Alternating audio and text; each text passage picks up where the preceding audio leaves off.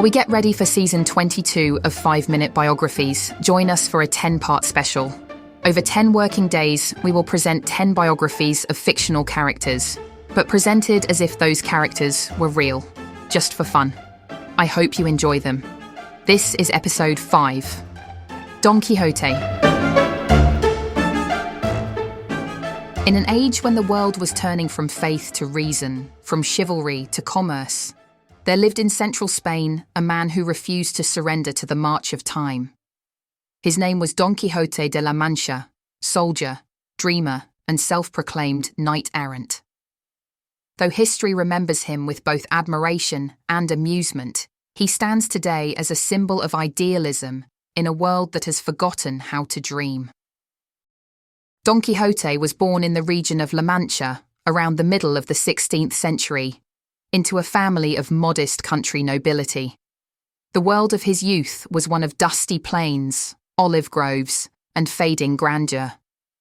Spain, once the spearhead of empire, was beginning to show the strain of endless wars and religious rigidity. For a rural hidalgo, a gentleman of small estate but proud lineage, life was defined by honour, faith, and the maintenance of appearances. Little is recorded of his early years, but accounts agree that he was a man of learning and contemplation. He read widely in the histories of the Reconquista and the romances of knightly adventure that had long since fallen out of fashion. While his peers pursued wealth and influence, Don Quixote turned his thoughts to virtue, courage, and the defence of the helpless. As the modern world crept across Europe, bringing with it trade, science, and cynicism, he remained devoted to the older order of ideals, service, honour, and the belief that one righteous act could redeem the world. It was in his middle years that Don Quixote resolved to live according to the principles he admired. Convinced that chivalry was not a relic, but a remedy for his country's ills, he dusted off the armour of his ancestors and declared himself a knight-errant. His family and neighbours considered the decision a harmless eccentricity. He saw it as a sacred vow. He took up the name Don Quixote de la Mancha after his homeland and pledged to defend the innocent, right the world's wrongs, and serve his chosen lady, Dulcinea del Toboso, a peasant woman he regarded through the lens of poetic idealism. His first forays into knighthood were marked by both courage and calamity. With a borrowed horse he named Rocinante and a loyal farmer, Sancho Panza, as his squire, he set out across Castile in search of adventure. The land he found was not one of gallant knights and maidens, but of inns, windmills, and weary travellers, yet he treated each encounter as if it belonged to an epic. The bond between Don Quixote and Sancho Panza remains one of the most remarkable partnerships in recorded history. Sancho, a simple man with a sharp wit and a bottomless appetite, followed his master out of loyalty, curiosity, and the promise of a future governorship. Their companionship became the heart of Quixote's long journey, reason and faith walking side by side.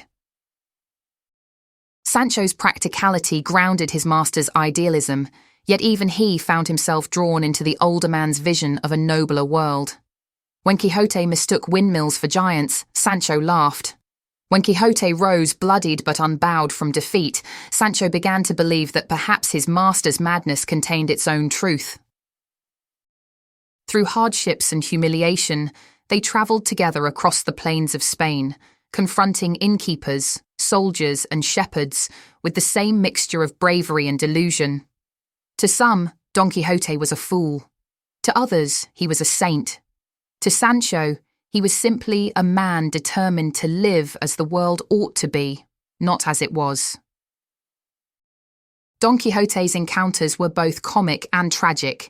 He defended prisoners he mistook for oppressed peasants, attempted to reconcile lovers, and lectured brigands on the virtues of mercy. Wherever he went, he spoke of justice, honour, and the sacred duties of knighthood, ideas that made little sense to the merchants and farmers of a weary Spain. Yet beneath the laughter, his actions carried a strange dignity. He believed that courage was not measured by success but by persistence, that failure in a noble cause was better than victory in a base one. When others mocked him, he answered with courtesy. When beaten, he forgave. His wounds, he said, were the price of faith in a cynical age. After years of wandering, Don Quixote returned to his home in La Mancha, older, battered, and briefly cured of his illusions. Friends and family rejoiced, believing he had finally abandoned his impossible dreams. For a time, he rested, speaking quietly of the need for reason and moderation. But reason alone could not sustain him. Though his mind cleared, his spirit dimmed. The world he had sought to change remained indifferent.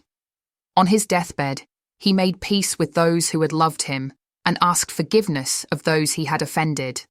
His final words, according to witnesses, expressed gratitude for friendship, faith, and the chance to have lived for something greater than himself.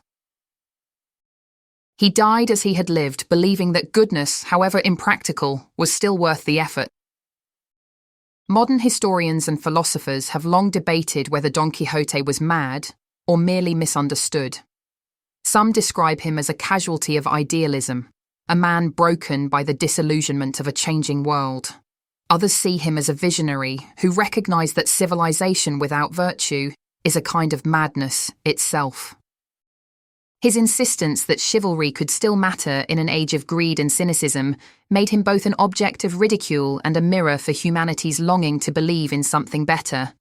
His so-called madness forced his contemporaries to question their own sanity, their acceptance of injustice, their complacency in cruelty, and their surrender to despair.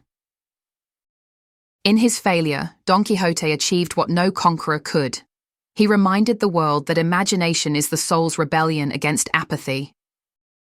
Don Quixote's influence endured long after his death. His journeys inspired countless others to reflect on the tension between idealism and realism, between dreams and duty. Artists, philosophers, and reformers across Europe cited his life as proof that conviction could outlast ridicule. In Spain, he came to symbolize the nation's conscience, noble, wounded, and unyielding. Statues and poems celebrated him as the last true knight, a figure who defended the dignity of the human spirit when reason alone was not enough. He also left behind a legacy of compassion. Though mocked and misunderstood, he treated all people with respect, from peasants to princes. His kindness toward the powerless and his respect for women marked him as a man ahead of his time. To understand Don Quixote is to understand the era that made him. The late Renaissance was an age of contradictions, faith challenged by science, empire undermined by bureaucracy, and art shadowed by doubt. Spain's grandeur had begun to fade, but its pride remained. In this setting, a solitary man who refused to accept disillusionment became both a product and a critic of his age. He was not merely fighting imaginary giants, he was resisting the erosion of meaning itself.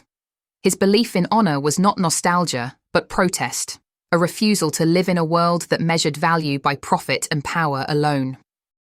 Don Quixote de la Mancha remains one of history's most paradoxical figures, a man both foolish and wise, deluded and enlightened, broken and yet whole.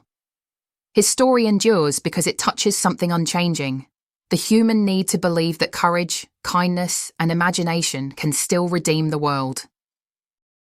He may have tilted at windmills, but in doing so, he taught us to see giants where others saw machinery, and ideals where others saw only futility. His life reminds us that sometimes the noblest battles are those that cannot be won, and that even in failure, the pursuit of goodness ennobles the heart. He died a relic of another age, and yet centuries later, his spirit feels oddly modern. For as long as the world mocks idealism, there will always be a need for another Don Quixote, a dreamer, a believer, and the eternal knight of La Mancha. Thanks for listening to the 5-Minute Biographies podcast from 5minutebiographies.com. If you enjoyed the show, please leave us a review wherever you get your podcasts.